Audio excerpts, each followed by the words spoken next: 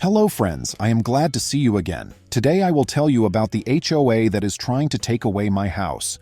People often say, expect the unexpected, but I never saw this particular curveball coming. By the time it was over, I found myself standing in a courtroom, a host of witnesses at my side, and a mountain of paperwork that revealed a truly underhanded plot. Seeing the head of a local homeowners association being led away by law enforcement is something you don't forget in a hurry. I never imagined an HOA could have so much power, or that they would attempt something so shameless. Let me start at the beginning though, because I want everyone to understand how surreal things can get when you have neighbors who think they own not just the neighborhood, but your property as well.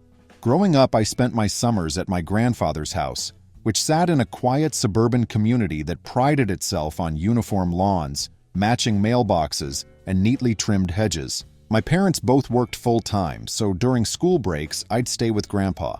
He was an inventor of sorts, the type of man who had half-finished contraptions scattered around the garage.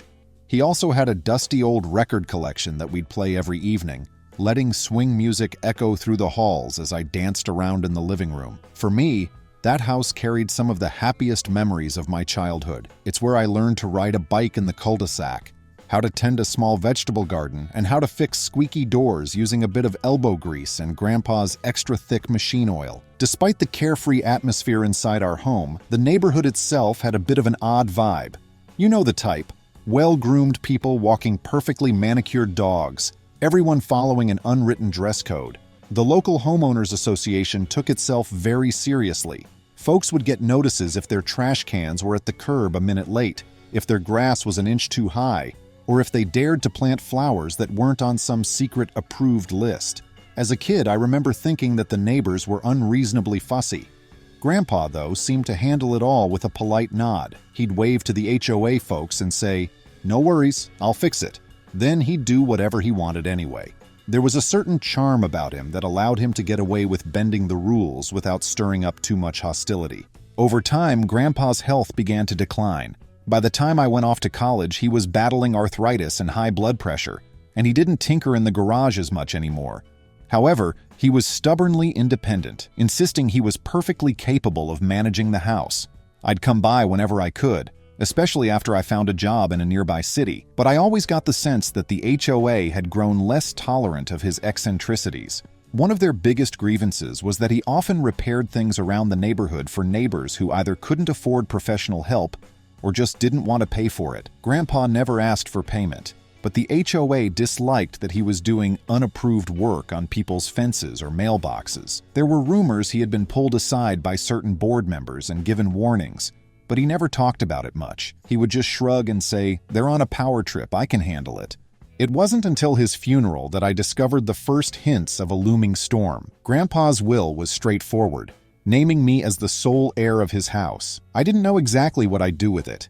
Maybe live in it for a while or rent it out. But as far as the rest of the family was concerned, it was well understood that the house was mine. No disputes. My father was an only child, and he and I agreed that I was the best candidate to inherit. Dad and Mom both had downsized and were happy in their own small condo. They told me, "Your grandfather wanted you to have it, so do what you feel is right." The day after the funeral, I went by Grandpa's house to sort through some documents and personal belongings. The keys were still on the same hook by the front door, and that old smell of wood polish and record sleeves lingered.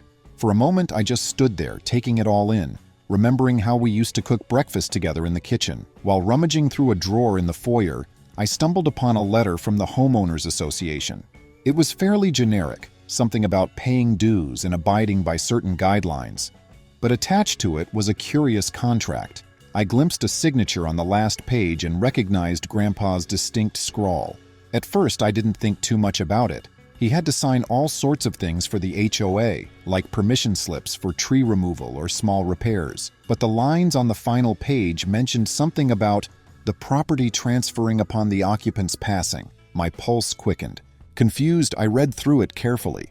Most of the document seemed like boilerplate legal jargon about abiding by the HOA's rules, but near the very end, in the smallest font I've ever seen, there was a paragraph stating, In the event of the occupant's death, the property shall be transferred in its entirety to the Homeowners Association for the purpose of community management. My heart pounded. This completely contradicted the will that named me. Had Grandpa signed this knowingly? It didn't make sense. He was always adamant that I would get the house one day. Why would he give it away to the HOA? That night, I went over the document again and again, scanning for authenticity. It looked official, but I also noticed some irregularities. Grandpa's signature was real, yes, but there were a few other signatures I didn't recognize, presumably from HOA board members. One signature was scrawled as though the person was left-handed one moment and right-handed the next, and it was all dated about 7 months before Grandpa died.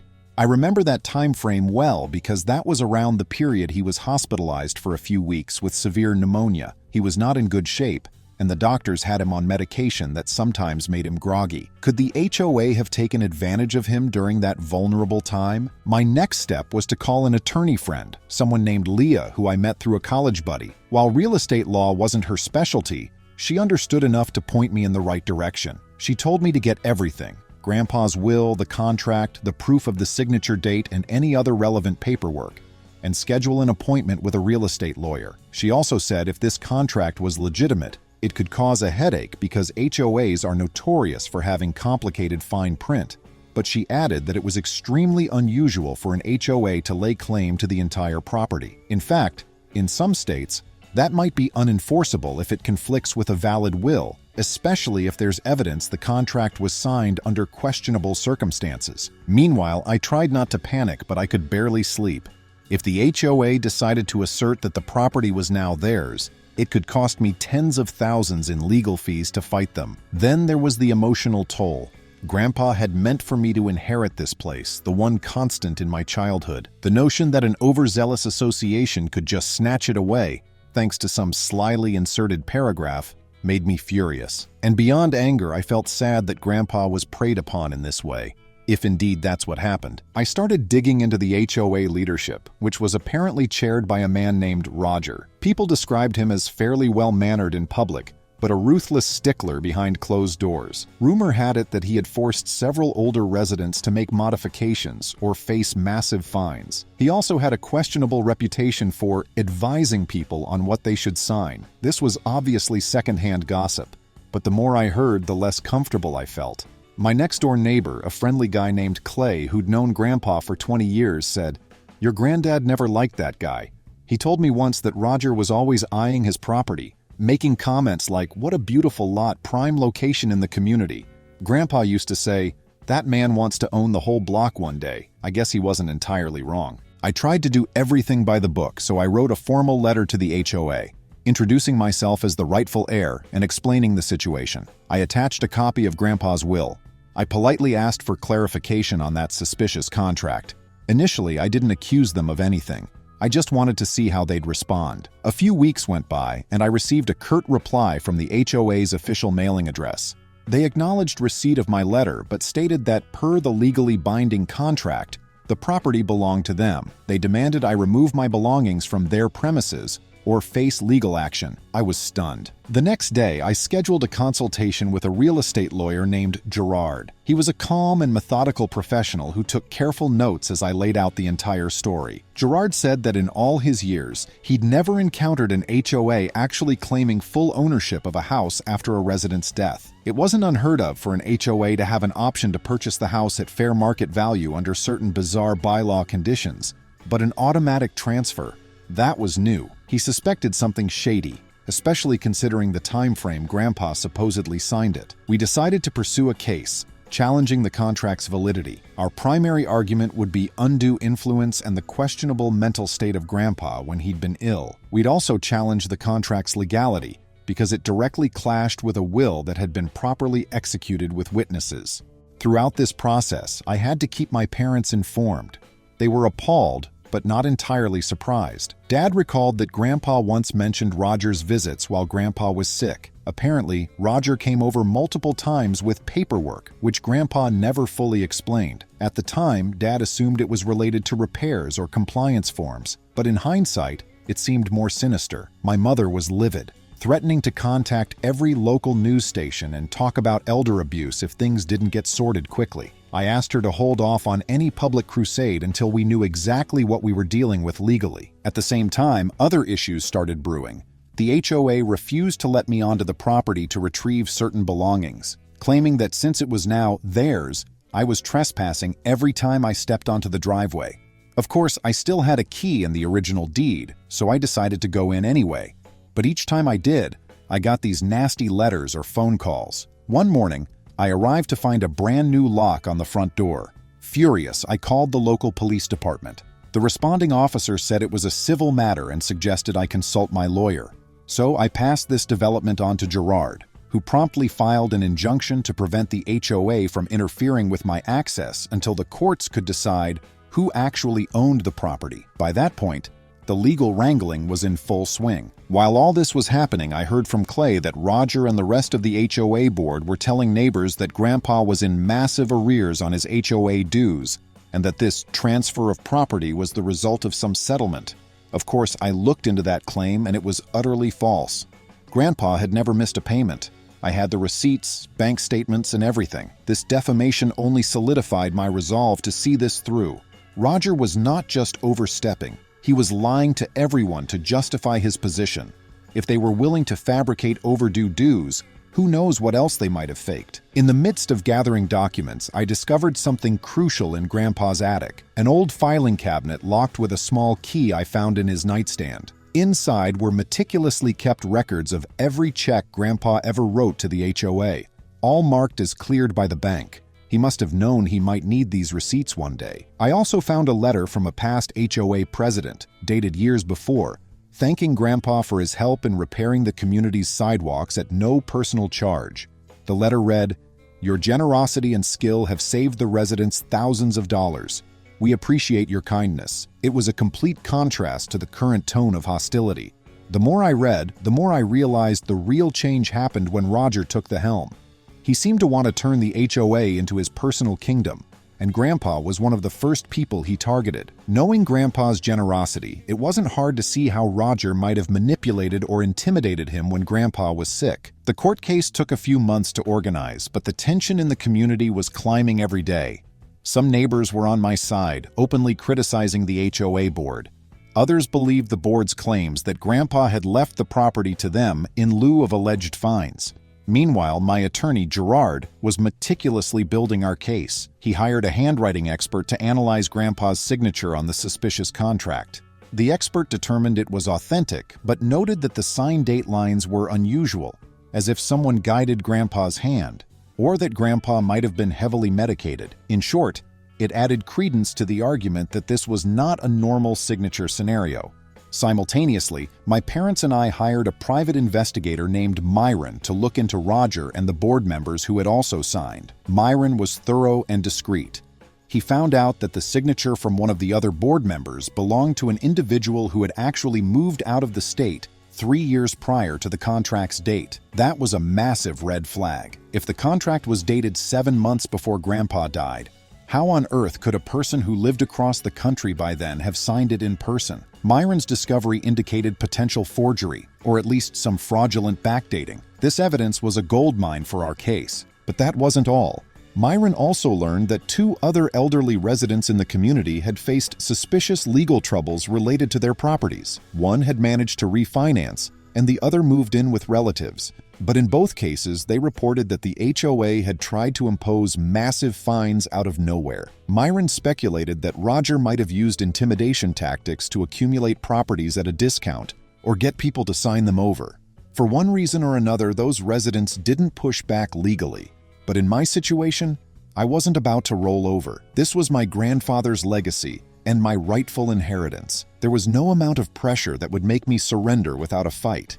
When the court date finally arrived, it felt surreal walking into that imposing building. My mother, father, and a few supportive neighbors accompanied me. Gerard was ready, carrying several thick binders of documentation. We were ready to present receipts, statements, the questionable timeline, the handwriting expert's report, Myron's private investigation findings, and the actual will. On the opposing side, Roger appeared with a smirk, flanked by an attorney who looked slightly exasperated, as though he knew his client was in way over his head. I guess defending an indefensible contract puts a lot of stress on an attorney. We started with the basics. Gerard explained the timeline, the nature of the will, and introduced the suspicious contract that contradicted it. He made it very clear to the judge that we believed Grandpa was coerced or misled into signing. Next came the handwriting expert, who offered insight into the shaky signature. Then Myron testified, calmly revealing that one signature was from a former board member who had moved states away and hadn't set foot in the community for years. Roger's attorney tried to object, claiming irrelevance, but the judge overruled, clearly intrigued by the possibility of fraud. Roger was then asked to explain these discrepancies. His story shifted. First, he claimed the contract was pre-signed earlier, and the date was a typo. Then he insisted that Grandpa had owed the HOA thousands in fines. But we had proof that Grandpa not only paid dues consistently, but had 0 outstanding fines. The judge looked unimpressed by Roger's rambling excuses. Eventually, the judge ordered a recess, probably to make sense of all the evidence. At that point, I felt hopeful. The look on Roger's face said it all. He knew he was cornered. On the second day of the hearing, things took an even more dramatic turn. Myron had managed to locate the old board member whose signature was on the contract. This person, a woman named Nadine, actually appeared in court. She testified that she had not been in the state for years and that her association with the board ended long before the contract was supposedly signed. She had no idea her name was being used. That was the final nail in the coffin. The judge ruled in my favor, invalidating the contract and condemning the HOA's actions as fraudulent. I remember the gavel's sharp crack and a sudden wave of relief washing over me. We won. The house was mine, but that wasn't the end of it. After the hearing, the authorities launched a deeper investigation into Roger and the HOA's dealings. It turned out that the contract was just one of several questionable documents he had used in attempts to seize properties. While Grandpa's situation was the most blatant example, the legal system soon uncovered a pattern: forging signatures, backdating documents, and forging notary stamps. Several neighbors came forward to share horror stories of intimidation. Some had paid exorbitant fines to avoid foreclosure threats that Roger apparently never had the authority to impose. He had basically transformed the HOA into a tool for extortion. In the weeks following my victory, I was contacted by an investigator from a local financial crimes unit. They wanted me to provide a statement about the forged contract, the lawsuit, and everything else I knew. I turned over any evidence my attorney and I had, as well as contact information for neighbors who might have relevant details. The investigation was thorough and spanned the entire neighborhood. One day, I noticed police cars parked in front of the HOA office, which was basically a converted garage in the middle of the neighborhood. Uniformed officers carted out boxes of papers, computers, and filing cabinets. Rumors swirled. People gossiped that Roger was about to be in a world of legal trouble. The next time I saw him was in a courtroom, not for my civil case, but for criminal charges. He faced multiple counts of fraud, forgery, and financial exploitation, especially targeting elderly homeowners. Given the evidence compiled, it was no shock when he was found guilty. The judge sentenced him to several years in prison, and some of his cohorts, other board members who knowingly participated, weren't off the hook either. A few got probation and heavy fines. One rumored that Roger had laundered money from HOA funds. Whether or not that was true, I know the community was about to be shaken up. Once the dust settled, I finally took official possession of Grandpa's house. It felt triumphant to walk in with new locks, a fresh coat of paint, and every legal right to be there. I found some comfort in the knowledge that Grandpa's wishes were fulfilled. His home remained in the family. He would have been proud to see that we stood our ground. I decided to keep the house instead of selling it. Part of me wanted to ensure no one would ever again use it for a scheme. But my story didn't end with me just living there happily ever after, because the HOA still existed. Most residents were honest and well-intentioned, so the association had the potential to be run properly under new leadership. A few neighbors pushed for an immediate reorganization. They replaced the entire board with individuals who vowed transparency and fairness. Interestingly, they even asked me if I'd be interested in joining, to share my perspective. I declined politely. I figured I'd done my part exposing corruption, and I wanted some peace. Maybe in the future I'd reconsider. But for now, I just wanted to enjoy the home that meant so much to me. Subsequently, The new board invited a legal consultant to overhaul the HOA's bylaws. They revoked any paragraphs that allowed the association to get near a homeowner's deed, except in the most standard, widely accepted circumstances, such as unpaid dues or severe covenant violations. And even then, the process had to be transparent, with multiple checks and balances. They also set up a finance committee to ensure that dues were accounted for properly. By the time the reorganization was done, the neighborhood felt far friendlier and safer. People walked their dogs without fear of getting penalized for letting the dog sniff a flower bed. Residents no longer dreaded the monthly newsletter.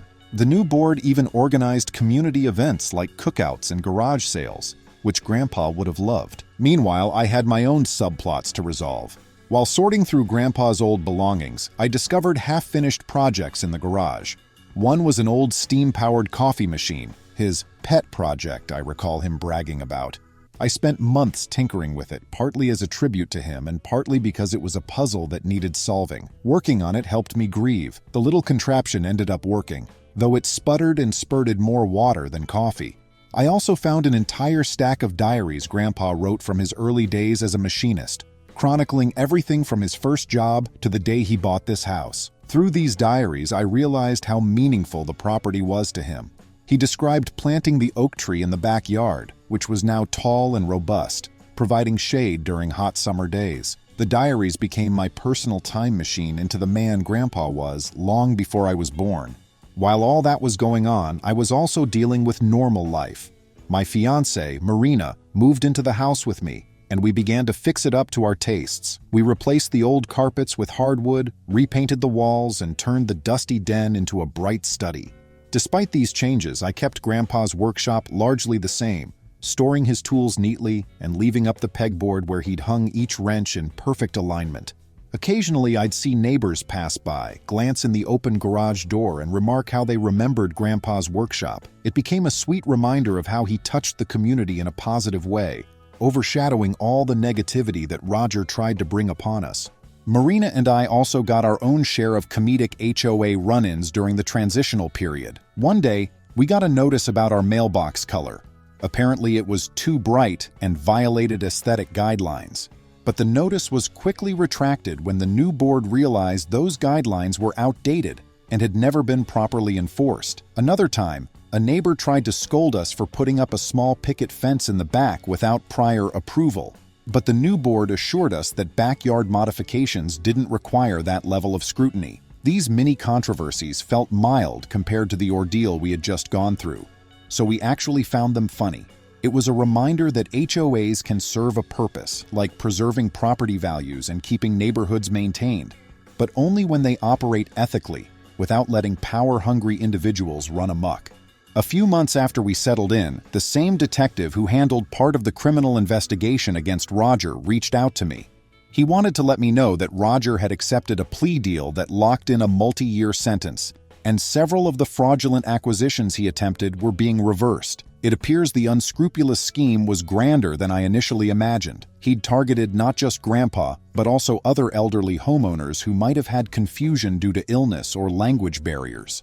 The detective said my lawsuit was instrumental in shining a light on the entire racket. Hearing that was a bittersweet moment, because it meant Grandpa's ordeal helped save others from a similar fate. Over time, my parents, who lived about an hour away, visited more frequently. My father often paused in the living room, looking around with nostalgic eyes. He'd tell me stories about how Grandpa used to play the clarinet in that very corner, entertaining guests with off-key jazz tunes. We'd laugh about the old days, occasionally tearing up, wishing Grandpa could have seen the final victory. But in many ways, we believed he was smiling down at us, gratified that justice was served.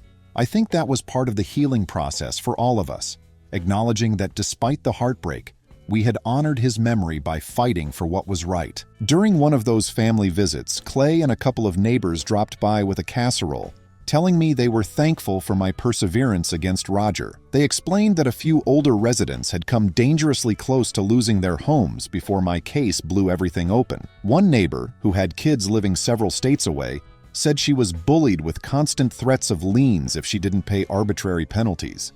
She was grateful that I pressed charges and took the matter to court instead of settling quietly.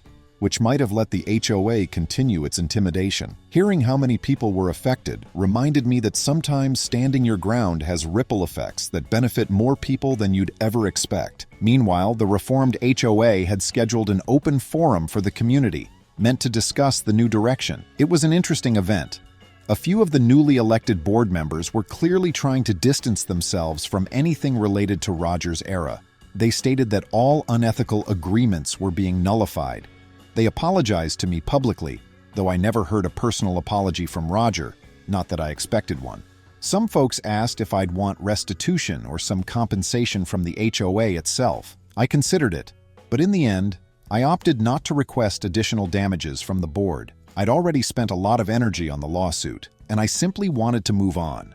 From my perspective, the best outcome was ensuring that no one else lost their home under false pretenses. Another subplot involved an elderly neighbor, Hannah, who was in the midst of a separate property dispute with the HOA over her late husband's workshop, which sat on a small extension of land. The old board had tried to force her to tear it down, claiming it violated some code. But after Roger's downfall, Hannah petitioned the new board to reevaluate the structure. She ended up winning approval to keep the workshop intact as a historical piece of the neighborhood. It might sound minor, but for her it was huge. Her husband built that workshop decades ago. The sense of relief and closure she felt was palpable. She thanked me profusely, saying that if I hadn't brought down the corrupt board, her workshop might have been lost. As the months passed, the house became my sanctuary. I replaced the worn-out lawn chairs in the backyard with a hammock, a spot where Marina and I often lounged on weekends. We could hear the birds chirping in the oak tree Grandpa planted. Sometimes we'd invite Clay over to grill burgers and talk about neighborhood goings-on. There was a peace I hadn't felt in a long time. On cooler evenings, I'd brew a cup of tea and wander into Grandpa's old den, letting the memory of his presence guide me. If I closed my eyes, I could almost hear the old record player skipping on some 1940s tune. By the following year, the reformed board had made strides in transparency. They held monthly open meetings, posted financial statements, and even formed committees to address neighbor concerns. We got a new landscaping service that did a decent job without imposing silly restrictions on what flowers we could plant. I found myself actually enjoying some of the benefits of living in this tidy community, though I never forgot how dangerously it had veered off track. We eventually decided to hold a small housewarming party, even though I'd lived there off and on for most of my life. We invited the neighbors who had been supportive, as well as a few new residents who wanted to meet the community. It was a casual barbecue in the backyard with the old grill Grandpa had taught me to cook on. We hung festive lights around the oak tree and set up a table of potluck dishes. People laughed, shared stories, and admired the house's renovations. It felt like an affirmation of everything Grandpa had wished for this place to be. A welcoming home where friends and family could gather without fear of petty rules or fraudulent contracts. During the party, Hannah told me that the new board was planning a memorial garden for longtime residents, a place to honor those who had contributed to the neighborhood. They wanted to include a plaque dedicated to Grandpa, acknowledging his decades of generosity and volunteer repairs. The proposal would be voted on in the next HOA meeting, and I heard it passed unanimously. When they finally installed it, I made sure to attend the small dedication ceremony. It was a simple stone plaque with Grandpa's name and a brief line about his kind spirit. I placed a bouquet of fresh flowers there, thinking of how he'd probably chuckle at the idea of the HOA dedicating anything to him after all the grief they caused. But life has a way of coming full circle, and I think he'd approve of this new era of neighborly good faith. Just to seize power. Friends, thank you. See you soon.